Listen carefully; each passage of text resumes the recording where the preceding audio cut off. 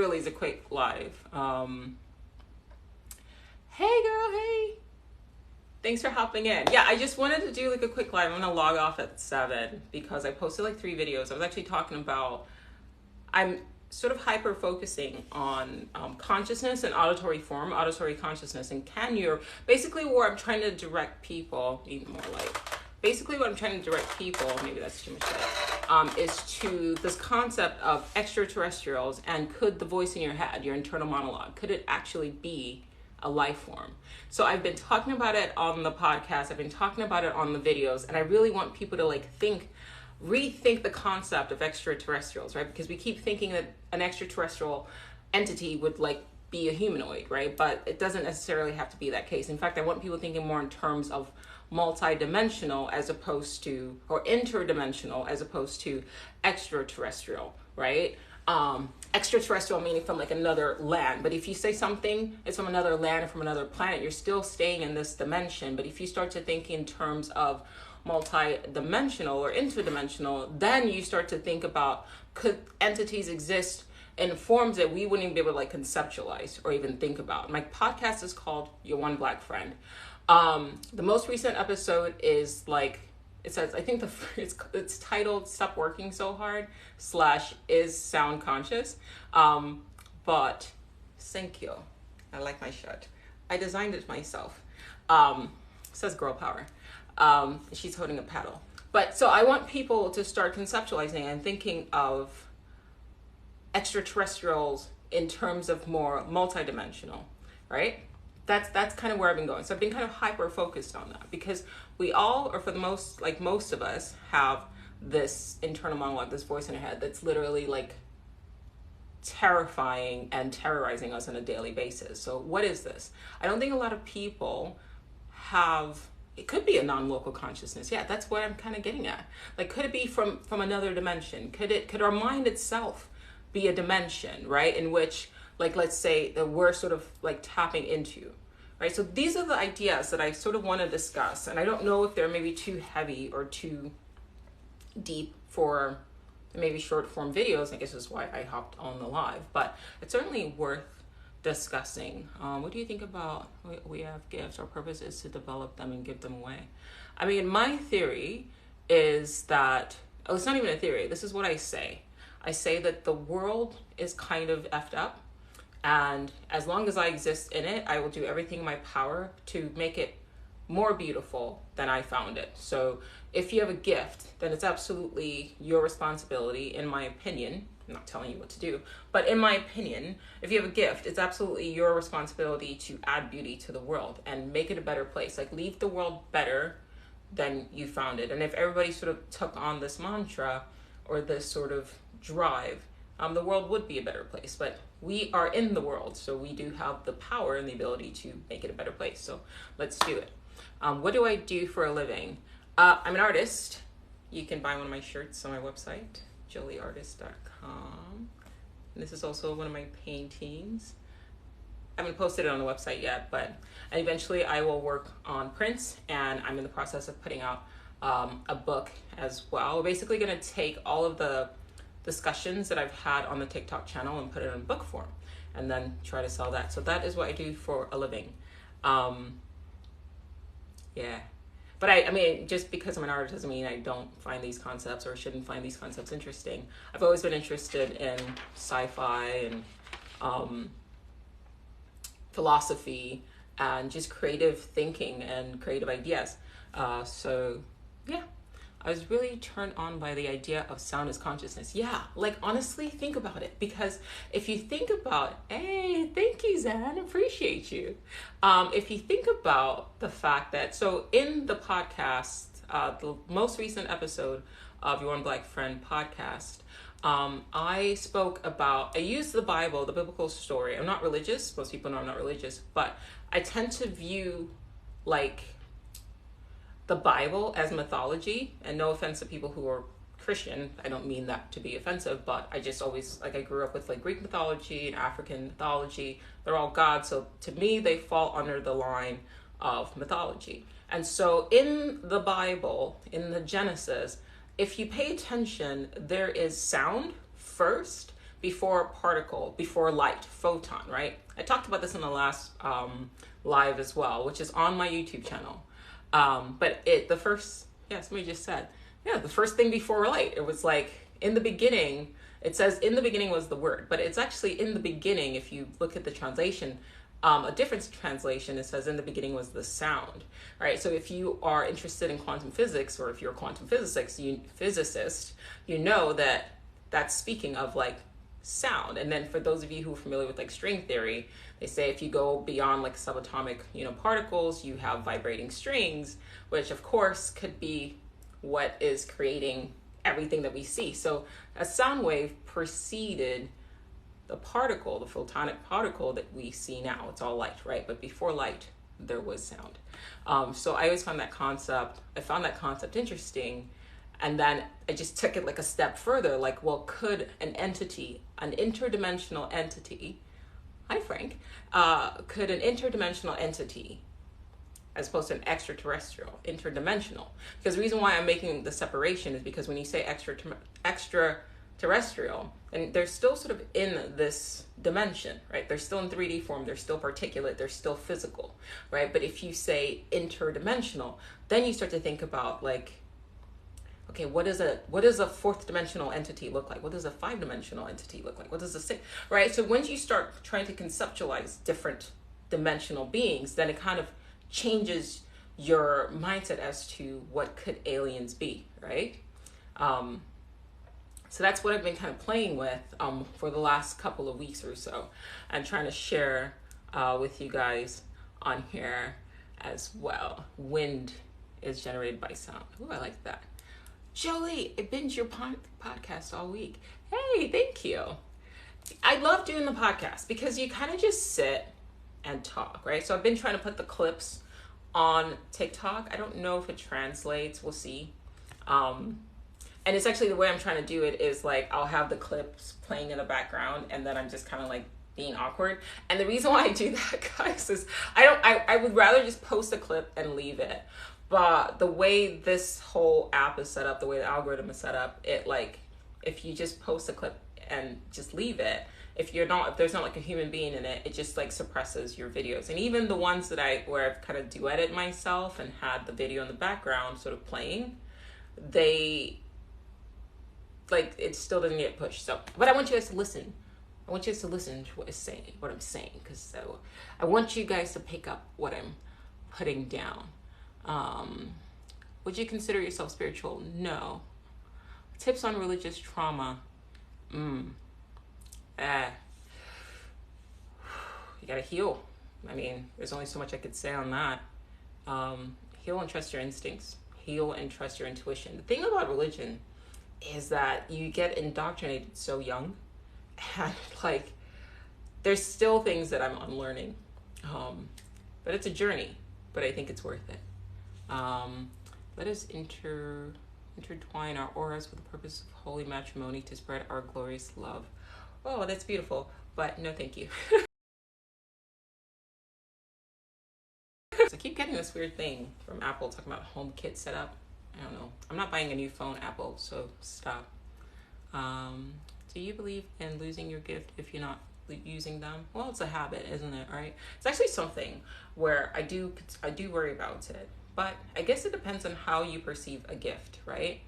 If you're an artist, for example, I do think that artists don't necessarily create. I think artists actually allow for creativity to sort of pass through them, right? So they're essentially just a conduit.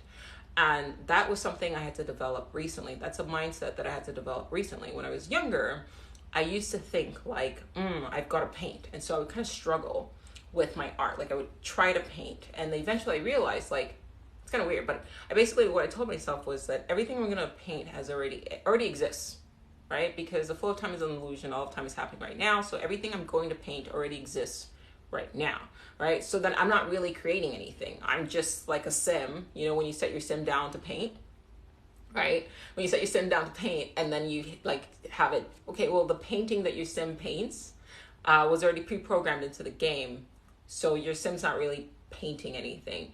And so I took on that mindset that when I sit down to paint, the painting is already pre-programmed into the game. Or if you're a musician, the song that you're about to create is already pre-programmed into the game, or maybe you're channeling it, whatever you want to call it. So you're not really creating it. You're just the one who gets to be responsible for its actualization into, you know, this reality. And so when I kind of took on that mindset, suddenly painting became super easy, because I just told myself I'm not the one doing it. It's already pre-programmed in. So if you hold on to that mindset, then you can't really lose your talents, right? You just kind of maybe become rusty, and the ability for art to kind of flow through you might be difficult than somebody who maybe is accessing that channel or opening that aspect of their mind on a consistent basis. But I do think it's a good idea. I mean, not stressing yourself out or anything, but I do think it's a good idea if you do have a talent, or you find yourself sort of drawn to a particular field, to, you know, to practice. You know, even if you do it in your mind. I've read studies that say that, like, if you paint in your head, or if you're an athlete and you visualize yourself like taking shots, whatever, for some reason you even thinking about doing something actually like it actually like manifests in like on the physical form. I something about like athletes, for example, if they just practice doing their free throws, but they do it in their mind, it actually like matches up. Same thing with like piano players, if they practice in their mind. And if this is all a projection of mind, then it would make sense. So even if the least you can do is just like visualize yourself painting or writing or creating, I think that's just as helpful. I don't know. I said a mouthful there. I don't think interdimensional beings look like emotions. Interesting. I mean, they could be energetic. I've injured so many egos insinuating they were Sims. Yeah, well, you know. But are we Sims, or are we consciousness controlling Sims? Like, that's the question, isn't it? Right? Because you don't want to, I try to be mindful of not to like speak in absolutes, because at the end of the day, you don't know. And even, I mean, everything makes sense. Like the simulation hypothesis certainly sounds great. It explains a lot. Explains a lot. But at the end of the day, we don't know.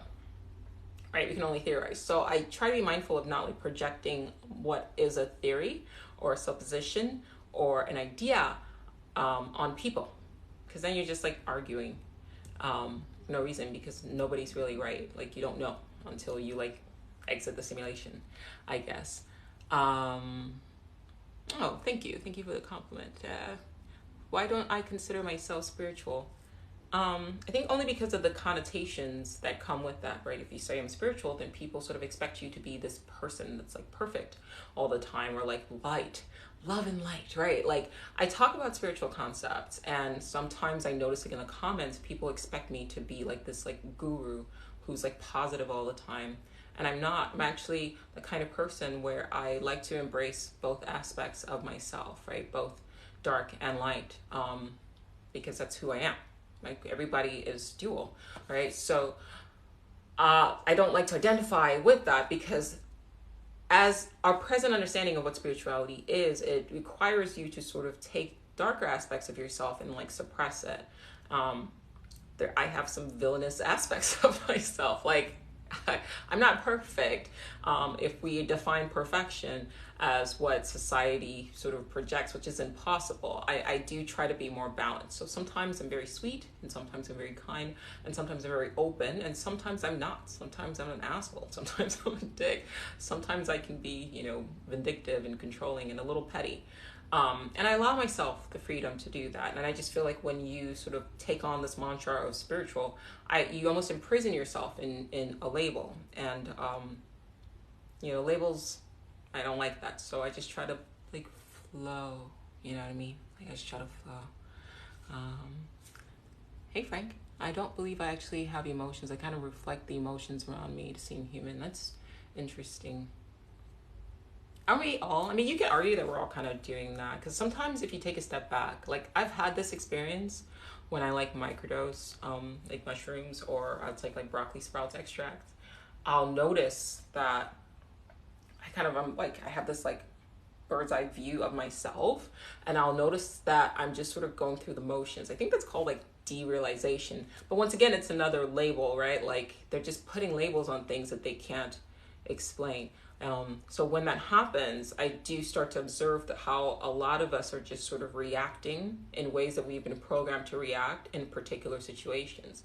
And sometimes when a person is angry, right, like if I do something that unexpectedly on my end, I unexpectedly triggered their internal monologue.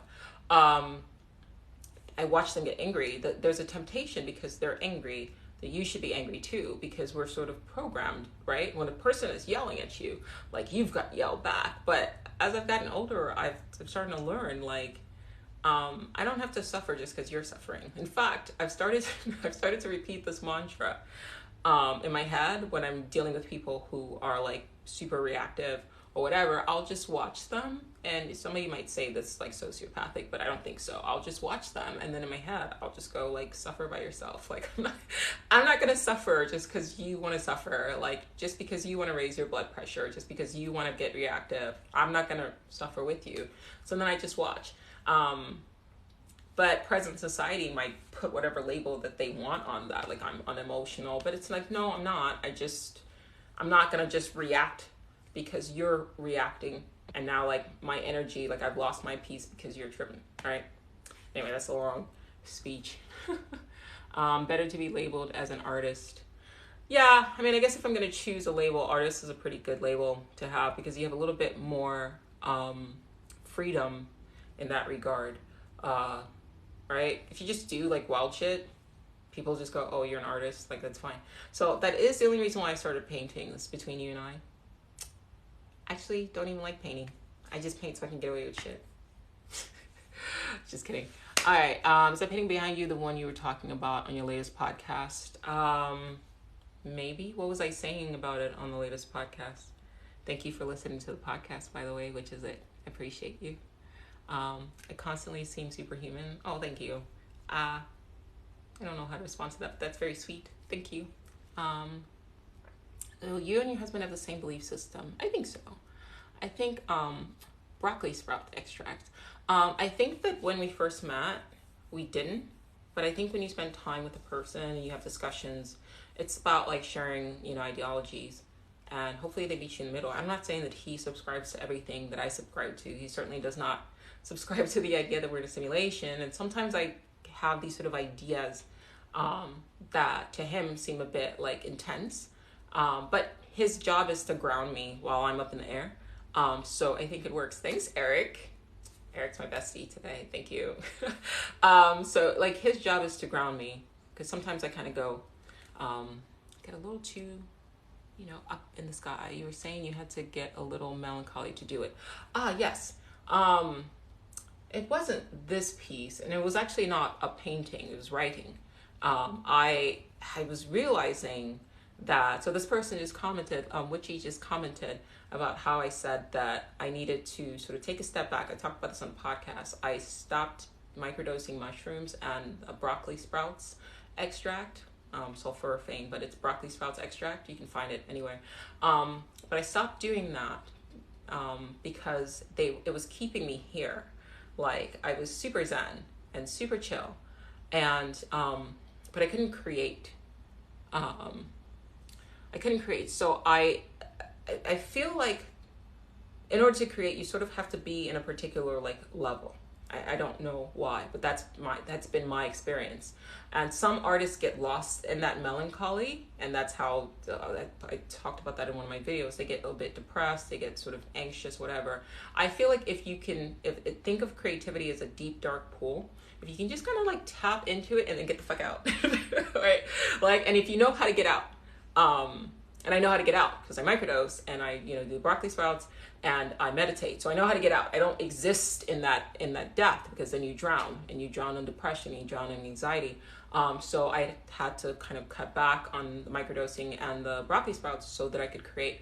And that was when I came up with the concept of can consciousness exist in pure auditory form. So that's what I was talking about, and I talked about on the podcast, the most recent episode of Your One Black Friend podcast, because I was able to like have this idea because I wasn't high. Yeah. Love enhancing creativity. That's cool. Definitely a simulation. I started to view my life as a TV show. It's really predictable. It is when you start paying attention. How does the broccoli sprouts affect you? It keeps me super zen. Like I said, it's very similar actually to like mushrooms. The broccoli sprouts. When I'm on broccoli sprouts, my husband can tell because like he says I become kind of robotic. And it's not, I'm just not as reactive and I'm not emotional. I just sort of become super like observant, and it kind of slows things down and it quiets the internal monologue. I mean, you can still hear it, doesn't get rid of it, but the chatter is not as like intense. And so that's kind of how I'm like, but then like nothing gets to me. Like you could call and be like, you know, this happened, and then I'll just be like, yeah, it's fine. Like it'll all work out. Kind of like now actually. So I went back on. So I'm back on it. I reduced my dose, but I'm back on it. It's just like somebody could pop in here and say stuff and I would just be like, oh, okay, that's cool. And like, you just don't react. So it's great. But when you need to create, sometimes in my opinion, I find that artists create from a space of almost criticism, right? Like in order for you to create, you have to sort of look around and look to see what's not there that you want to bring forward. But if everything is perfect, then you don't really have this inclination to bring things forth, bring things into reality. But that's obviously my perspective. Hey friend, hey Shay, how are you? And I see Aura Magi as well. Nice to see you. For me, painting feels like labor, mental labor. Yeah, that used to be me. But like I was saying earlier, I just sort of learned to just like let things flow through me. Once I stopped fighting the canvas, because I just realized that I'm more channeling things than actually creating things, it became sort of easier for me to paint. So yeah, you're a Taurus. I'm not a Taurus. Who told you I was a Taurus? I'm definitely not a Taurus. Use a blue lotus, and I don't even know how to say that. That's dope though. I like that. Blue lotus. Get the impression of the worldly forces involved. I can feel you. I can feel you on that. Love to try the sprouts. Yeah, they are on, you can get it from Amazon. I take Coursera. And I only take one. Actually, I was probably doing the most because I was taking like 4. I didn't need to do all that because I scaled back and I still have the same effect with one. So I either take Coursera, or I think that's by Thorn, or I take Pure Onco. They basically have the same effect. And then I take mustard seed by Swanson, and it helps like increase your body's ability to like absorb it. This is not medical advice, by the way. I'm just telling you what I do. Also, if you just go, I think it was like Best Naturals. There's also like a $14 version. If you take 2 of those, it gives you the same effect as like Thorn, and it's like $15. So I take that as well. But you don't really need to do. I was like doing the most. And like, this is me right now. I only took 1 last night. I took 1 with like mustard seed, and I'm like still chill. I still haven't done the mushrooms. It's been a month since I microdosed actually, and I'm still pretty zen. So yeah. Why do you think dipping in the pool of creativity for too long can cause depression? Because I think it's like depth, right? So once again, this is just my opinion, but once again, I think in order for you to create, right, you have to look around, and you almost like sometimes creativity comes from a space. I'm trying not to speak in absolutes, so it's just my opinion, but creativity comes from a space of criticism, right? So you have to create a painting, right? You have to go, okay, you know, this painting doesn't exist, and I think that the world would be better for it if I brought this painting into this reality, but that state of mind is slightly critical, right? Or this music is so brilliant, and I feel like it has to exist here. So you're like trying to pull something into this world. But when you are constantly in that state, it's really easy for you to then turn and start looking at everything with that mindset, right? Like, okay, now this is wrong and I've got to fix it, and this is wrong, and then that triggers your internal monologue, who loves to focus on just like what's wrong, and then you get depressed, because that's what depression is, right? It's just like you're sitting around and you're thinking about everything that's wrong, and you start feeling sorry for yourself. So it's like a slippery slope. That's my opinion. Anyway. Did you ever try blue juice? I've never heard of blue juice. That you said you were a Taurus in the podcast. No, I definitely didn't say I was a Taurus. I get along with Tauruses. I'm a Virgo. Yeah. Hey Meg. Yeah, but I love Tauruses. They're cool people, but I'm a Virgo. My birthday's coming up. Yay. Hey, Virgos. Virgos in the house. My podcast is called Your One Black Friend. The link is in the bio, okay? At Virgos in the house. Virgos in the house. Somebody said I knew it. I knew it. Ooh, pressed shroom juice. I love Virgos. We're dope. We're dope people. Kind of like, yeah, we're chill. We're chill people. I like Pisces. Pisces are super like, you know, like they're easygoing, a little emotional, but it's okay. Do you get along with Capricorns? One of my close friends a Capricorn, I think. I get along with them. I used to think that I didn't get along with Geminis, but like my cousin is also my bestie and he's a Gemini. So yeah, I think it's just the person's personality, in my opinion. I get along with Cancers as well. Yeah, the Pisces and Virgos are supposed to be like polar opposites. I saw one of your videos and I've been hooked. Thank you. I appreciate you. Really appreciate you. I'm glad that some people are getting to see the videos, you know. Advice for your 20s. Oof. That's a good question. Advice for your 20s. Advice for your 20s. Well, something I'm learning now that I wish I knew in my 20s, which is trust your intuition. Trust your intuition. Trust your intuition. Trust your intuition. Like, also stop giving a fuck. Yeah, stop giving a fuck. You're gonna, as you get older, you're gonna run out of fucks to give. Like, basically it's just ignoring this internal monologue. Like, that's it. Just like stop. Like, it's not worth it. Like, just do what you need to do. Like, do what you want to do. Like, before I hopped on the live, like, my internal monologue was like, you don't want to wear that shirt. You don't want to wear that shirt. It's really artist.com. You don't want to wear that shirt on the live because people are gonna blah blah blah. Whatever. I don't fucking care. I don't care. Like, I don't care. Let that be your mantra. Let I don't care be your mantra. Stop giving a fuck. Yeah. Stop giving a fuck. Actually, that's something in your 30s and your 40s and your 50s. Stop giving a fuck. Because, like, just live your life, man. Like, we're here. You don't know what we're doing here. And you can make the argument that we keep coming back here. So, no matter how you cut it, right? No matter how you cut it, either we live and then we die and then that's it. If that's what you believe, I don't. Or you just keep getting reincarnated back here over and over again. Either way, like, do you. Yeah, like she said, like Aura Magi said, do you. Do you, boo-boo. Do you. Just do you. Just be yourself. Like, what are they going to say? They're going to say some shit. Like, oh no, they said something or they did something or they wore whatever the fuck. Okay, and your words. Fuck your words. It is what it is. How long does it take to paint a painting? It takes about a month and a half.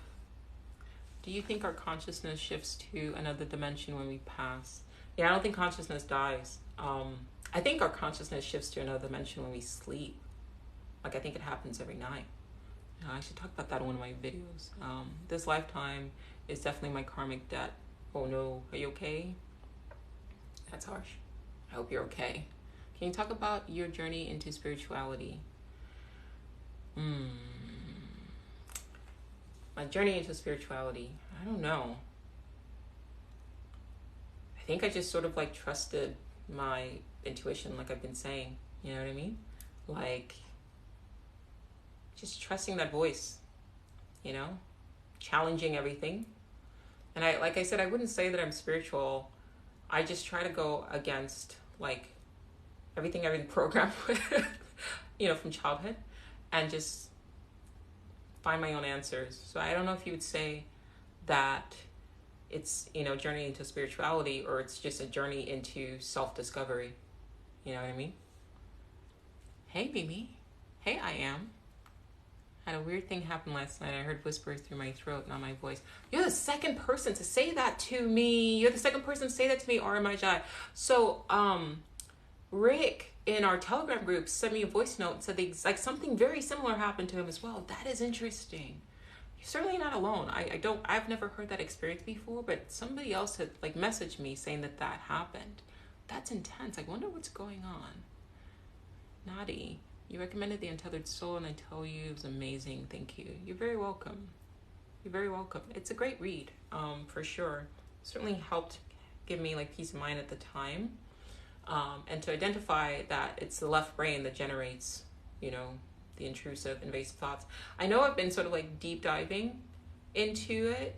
I've been sort of a little bit like manic about like talking about it, but I mean, what else is there to talk about? We all have this voice in our head that like drives us mad. Like, why aren't more people talking about it? That's my opinion.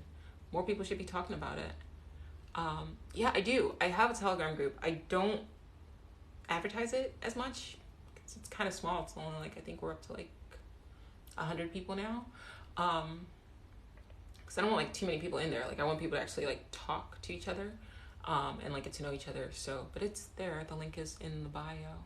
I have heard of Joe Dispenza. I've talked about some of his books. Probably worth revisiting. I haven't read his books in a while. I think off the top of my head, Breaking the Habit of Being Yourself is one of the books I remember liking. Yeah. Hey, she is the sun. Any tips for quieting down the left brain besides meditation? Well, for me, like I said, I've been talking about microdosing, and also like broccoli sprouts extract has helped me. But I think meditation is the biggest thing, which is just like, that's the biggest thing. Consistently just removing attention from it, right? Because it needs your attention. It wants you to focus on it for whatever it is, right? It needs you to focus on it. It needs you listening. So don't give it that, all right? It's like having a liar just in your head talking shit 24/7. Stop listening to it. Like, if you had a best friend who just constantly said the shit that your internal monologue said to you, that wouldn't be your friend. You'd probably stop taking their calls and eventually like block them, right? If they just like kept shitting on you, right? But now you have this thing in your head that we just zone into and start listening to. Stop listening to it. As other people have mentioned, just read the Untethered Soul. It's a good read on that. But I definitely would say meditation. It's not hard. If you don't look at meditation as like a spiritual practice, and you look at it more as like, just, I'm shifting my attention away from me. I'm shifting my attention away. You can consider that a meditation. I'm just going to focus on my breath. I'm going to focus in this moment. That's one thing I have been doing also, is pulling myself into the moment. When I catch my mind drifting, I pull myself into the moment, like feeling things, touching things. Oh, this feels cold. Or like tasting things, right? Instead of like shifting, like instead of like being projected into the past or being projected into the future. And my rings just flew off my finger. Anyway, hey Ryan. Watch a lot of shows on Gaia. Can't focus on reading. I listen to audiobooks, and that helps me. And I listen, increase the speed. And some people think, like, I saw Lex Friedman post about that. He likes to like listen to audiobooks at like 1x speed. But for some people, they can only listen fast, and that has been my experience. I cannot listen to an audiobook at regular speed. It's too slow, and my mind gets the best of me. But when I increase the speed, then I force myself to focus, right? So that's my recommendation, and then I can turn audiobooks into a meditation. I thought your concept of left-handedness being the disruptive to this reality was interesting. Yeah, right? Like if we live in a society right now that conditions us to like do everything with our right hand, why is that? That's weird to me. And what if you did more things with your left hand in order to stimulate your right brain, right? Because right now when you're writing, you're stimulating your left brain, and that's where the intrusive thoughts, that's where the internal monologue is said to be housed. So could you get yourself in the habit of doing more things with your left hand? I almost kind of want to get like a stress ball and just like constantly keep my left hand going so that I can get my right brain sort of traction, if so to speak. What are my thoughts on dream time? Do you mean dream time like the Native Americans mean dream time, or just like dreaming in general? Wait, what about the left-handed people? I was born left-handed. Well, the expression is that you are the only ones in your right mind. I talked about that on the podcast. I mean, maybe you guys have stronger right minds, and maybe you're less plagued by the internal monologue. I'm not sure. What's your experience being left-handed? Do you notice a difference? And aloha. What time is it in Hawaii? Isn't it like 4 hours behind? I'm in California. What time is it in Hawaii? I love Hawaii. People there are so beautiful. You could feel the land. Like the land feels alive. Like you could feel, like I went to, I don't know where I was. Might have been Maui. But we went to, no. I don't know which island it was. But I remember going to like, there was like a lava. That had like, you know, it's like aged lava. And I remember touching it. It's 4:11. That's like 3 hours behind. I remember touching the lava. I mean, it wasn't like actual lava. I would die. But it was like, I forget what they're called. Like lava fields where they had like, you know, hardened. And you could feel the energy. Like I was like, I'm standing on some sort of like living thing. Ooh. Oh, it's Pele's spirit. I'm telling you, I felt it. I never wanted to leave. Like I could, that's one of the places that I feel like I would like be okay, but then I'd probably be like too zen or something like that. But yeah, you could definitely feel it. Definitely feel it. Hey guys, have you ever thought about like if you were a place, what kind of place would you be?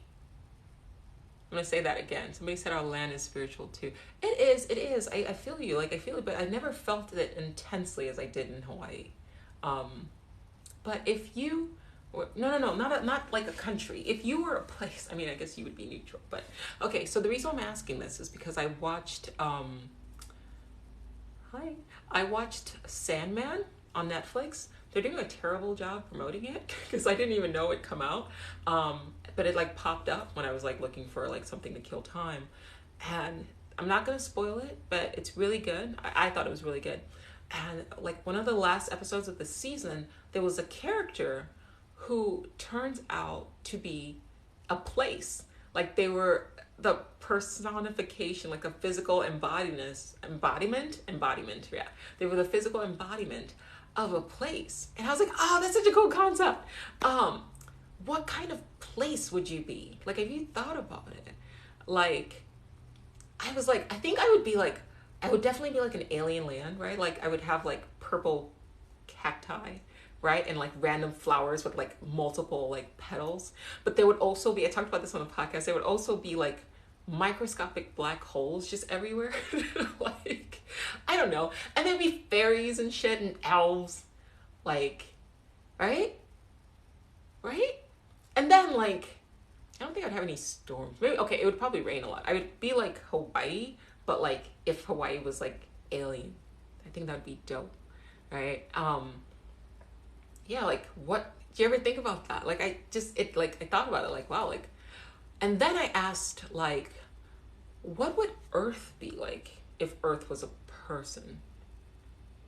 Like, especially right now, right? Like if Earth took physical form, what would Earth be like?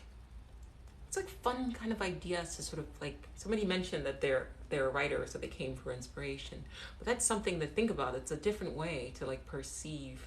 Hey Chris, I love your content as well. That's my favorite historian, or one of my favorite historians on TikTok, history teacher on TikTok. Thanks for stopping by. Yeah, we're talking about who or what kind of places would we be if you could be a place. And then the inverse of that is like, what would Earth be? What would Earth look like if Earth took like a person, like a physical form? Would she, obviously she probably would be female, but would she be wounded, right? Because look at what we're doing to the planet, right? Would she be sick but still beautiful, right? Like really something to think about. Somebody said they'd be a planet. I mean, yeah, I like that. Oh, Shay said there would be a planet.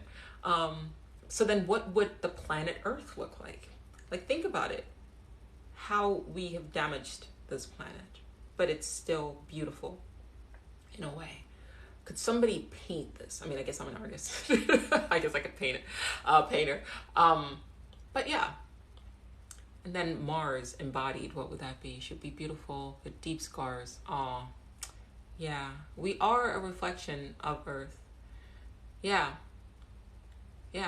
There's a Doctor Who episode where there was like a planet that the Doctor landed on, and it kind of started talking through the people, like it like sort of spoke through them. It was like a hive mind, but like it went through the people, and it made me think about like, is this sort of happening here? I mean, some have said that it is, right? But is it? And then I had the idea of like each like country or landmass actually having its own personality, and that every time like one landmass goes to war with the other, it's actually the spirit of the landmass like hijacking the consciousness of the people who live on it. This is stuff I think about.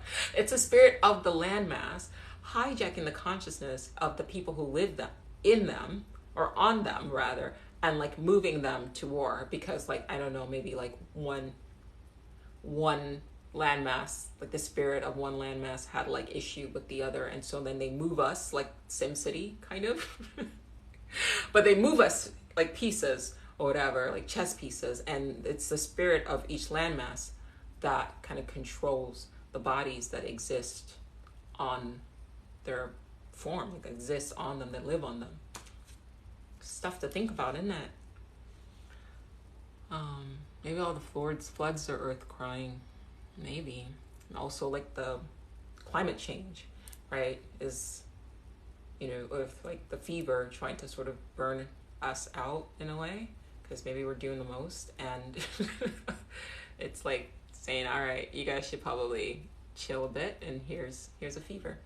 What if those 1,000-year-old trees could talk and tell us the stories? Man, that'd be so dope. Be so dope. I'm gonna post this video on my YouTube channel. I only meant to be live for like 30 minutes, but this is like interesting. And I love you guys' comments, and thank you for the kindness and your kind words.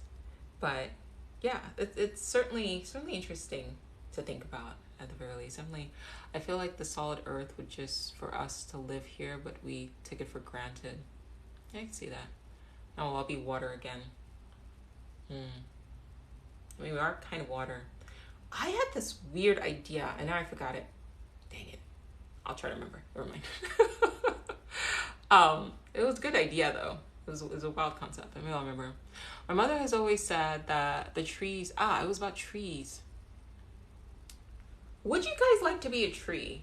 What would it be like to be a tree? But you know what? Oh, I think... Correct me if I'm wrong, but I think that they said that Earth's largest organism is actually a forest.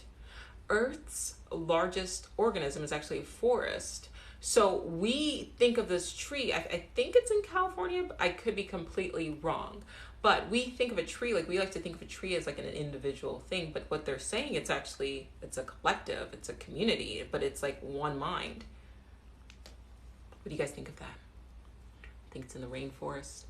How about disposable containers moving toxic waste and launch into the sun? I would wonder about that. Why don't they just like send stuff into the sun? Because the sun would like get rid of everything. Let's see. Thought of mushrooms. I mean, yeah. So the mushrooms, Stamens, Paul Stamens, when he talks about that, he basically says that they're a mind, right? That it's like a network.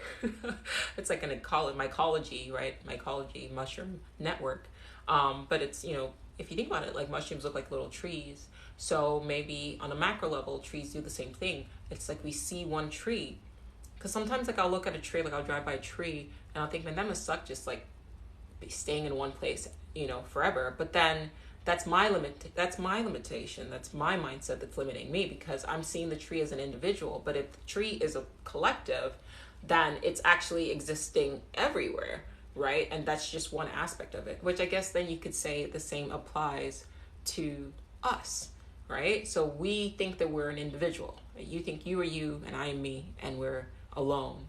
But that's another thing I've been wanting to talk to you guys about, like the idea of being alone, right? Like you're home alone, but you're not, right? You are, even on a physical level, you have like, you know, there's bugs that you don't see. You're not alone. You're surrounded by creatures, right? There's bugs you don't see. There are, you know, bacteria you don't see, there are viruses you don't see, but there could also be non-physical entities that you cannot perceive. You might be able to feel, but you might not be able to perceive with your perceptions. Some people don't like to hear that because it creeps them out. Understandably so, especially if you're home alone by yourself, right? Thinking about that, like you're not alone. There's people around you right now, you just can't see it. But even they're saying there's like an increase in loneliness, but how can we be lonely when we're surrounded by life? I don't know. Dang, I sprayed all my company. Yikes. I gave a dog. You have a dog? Dogs are cool. Would you be able to see them in your dreams? Possibly. I mean, I don't think dreams are what we're told it is. Like, I do think, like, we're either accessing other worlds or we are contacting or interacting with entities. I have, like, recurring dream situations, not recurring dreams, recurring dream situations where I'm communicating with somebody or some people, but they're not talking to me. They're like, it's like an understanding where I know what they're saying. And it happens consistently to the point where it's like, why would I even dream about that unless something else is going on? Doctor, I forget what his name is. I don't know why I brought him up, but I can see his face. He has like a beard. He's kind of along the lines of like Friedman and Rogan. They kind of do this sort of like talks. I forget what his name was, Dr. Olbermann or something like that, or Lieberman. He has like a lab. So he talks about when he dreams, when he wakes up, he writes his ideas down as soon as he wakes up. And I wonder, like, where are those ideas coming from, right? You could argue that perhaps it's your subconscious. You could argue that it's your higher self, or you could argue that it is, let's say, like I've been talking about in these last few videos, a non-physical consciousness or even an auditory consciousness that is trying to come into this world. I'll say that again. You could argue that it is a non-physical, purely auditory consciousness that is trying to come into this world through your mind, with the mind being a dimension, right? And they sort of using us to sort of manifest themselves in our reality. Could be a thing. I have recurring dreams, or my dreams just pick up where they left off. I wish. I had some really like cool dreams, and I'm like, man, I want to go back to that. I wish. And every time I try to go back to it, it never works out. It's your throat thing. Yeah, that's interesting. You're definitely aura magi, not the only person who's had that experience. And I'm gonna like mention that to the person on Telegram who told me about it, Rick. Something's going on there. Anyway, guys, I think I'm gonna be on for maybe like 5 more minutes, and then I'm gonna go eat because I'm hungry. I don't even know if I'll make it 5 minutes. I'm super zen, but I think it's because I've been fasting and I need to break my fast. And I'm not fasting for like a religious reason. I'm fasting because I've been overeating. Right? I've been eating a lot, and I just need to chill for a little bit and let my body actually like digest the food. So, but it does also like put you in a really like zen state. Thank you for amazing conversation. Thank you, Eric. Eric's the man. Appreciate you, Eric. Mahalo. Thanks for stopping by. Really appreciate you. Is that a thing? Is what a thing? Fasting because I overate? Yeah. You're talking about food tying us to this reality. Do you think that's the same as Fae food? I don't have a lot of experience with the Fae, or reading a lot about it, at least not in the present moment. But I do think that there's something to be said. The most recent video that I posted before I hopped on the live, it's called Adam and Eve and the Bad Trip. And thank God for your cheekbones, thank you. And there's something to be said about like food being icons, right? And when I say the word icon, I mean like like physical representation of something deeper, right? For example, an icon on your desktop, like you have your trash can. There's a book, What is Real? I think Adam Becker talks about this. You have a trash can on your icon on your desktop. Well, when you click on it, it's not an actual trash can. It's a representation of like, okay, this is going to delete files. And I think that if you lean into simulation hypothesis and you look at this world as a simulation or a type of simulation, right, then every sort of food that you grab could just be an icon, or I don't know if there's a word I'm trying to think of, like, but it is like a representation of an experience, right? And I talked about this like months ago on the podcast, that could certain foods keep you vibrating in this reality, and then could other foods keep you, sort of shift you to a different reality, or at least a different experience, or at least open access open your mind to different dimensions, that your consciousness can then experience. And so the last podcast and then the last couple of videos, particularly the most recent video on TikTok that I posted about an hour ago, I talk about that, and using the analogy of the Garden of Eden. Like I said, I'm not religious, but I like the analogy. When they were in Eden, were they surrounded by what we would call hallucinogens or psychedelics? And when they were told, don't eat this specific tree, right? Maybe that specific tree was just a different reality experience that like changed the mind. But if you weren't ready for the experience, it caused you to have like a bad trip. So I kind of like that thought process. I hadn't thought about it on that level until I talked about it on the podcast. And when I did, it made sense to me. I mean, understanding that of course it's an analogy, but who knows? And then I talked about like people that you interact with who, all they can do is like, no matter what you do, like they could literally be in Hawaii, right? They could literally be in paradise, but something is about their mind. Their mind is not accessing the paradise experience, right?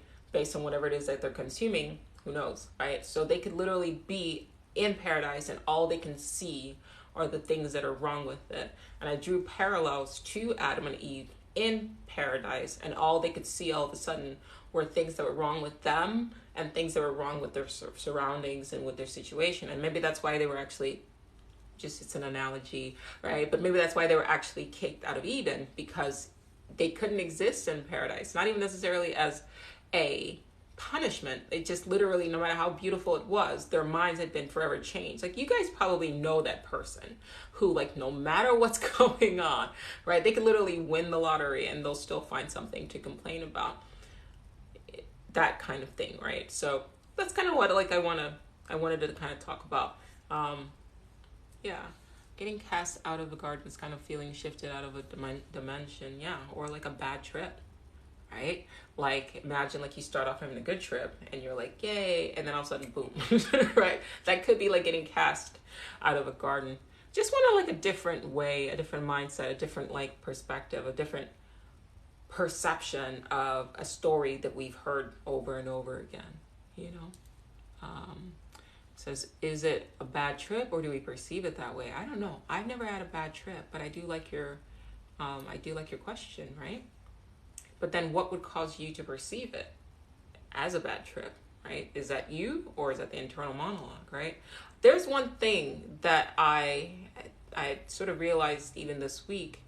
I played basketball, but I was terrible at it. There's one thing that I realized this week is I am starting to teach myself not to say that I am anxious or I have anxiety.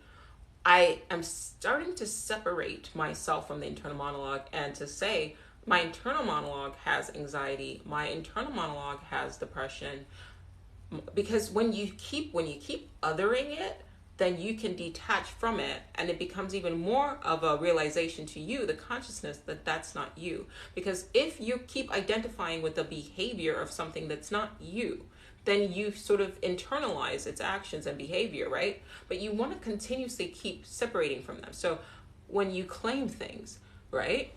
Yeah, so somebody says, I am will come for you, right? So you have to separate that. So like sit with that. Think about how that feels. Like when you say, I'm depressed versus my internal monologue is depressed. You see how that there's my internal monologue is depressed, or my internal monologue has depression. It's a separation. So you still get to sort of be you. I don't want to own what's not mine. Exactly. You still get to be you. I'm here. And then there's this thing over here that's clearly tripping. Like that has nothing to do with me, because they tell us time and time again, right? Would you want to play soccer? Sure. I played soccer when I was in 8th grade and I got in trouble because I kept catching the ball. I don't know why my coach didn't just make me a goalie. Like that would have made more sense, but I got yelled at by a lot of parents. It was like a select soccer team, and every time the ball got kicked towards me, I would just catch it because I don't want it to hit my face. So I'll be a goalie. But yeah, if you create space, random, if you create space and separation, stop claiming it, because the depression is brought on by the internal monologue. Like, Google it. Google intrusive thoughts, Google invasive thoughts, right? Any therapist, any psychologist will tell you this. They'll tell you you're not your thoughts, right? They will tell you that invasive thoughts, cause suffering. So if you put the two together, then obviously it's not you. So other that shit. Stop claiming it. Like, that's not me. That's this thing in my head that we all have, that we all have to live with and we all have to exist with, but that's not you. Put it over there. Like, this thing has depression, clearly, and that has nothing to do with me. Anyway, that's my thought process. Yeah, okay, I gotta go now. I'm tired. But thank you for all of you guys who stopped by. Thanks for all the gifts. I appreciate all of you. Thank you for the great insight. Thank you, Eric. I appreciate you. Eric popped in. He was like the first person to come in here, and he kept me company while you guys were joining. So I appreciate Eric. I appreciate the hearts and everything like that. But good night. I will post this if you missed it. My dog's also whining. He's probably needs to get out. His name is Morpheus. And one day I'll do a live with him once he learns to calm down. Also, he wants me to go take care of him. Anyway, thank you guys for stopping by. Good night. And I will post this on my YouTube channel. Link in my bio. All right. Bye, guys. Thank you, Aura. Appreciate you. Thank you, Christina. Bye.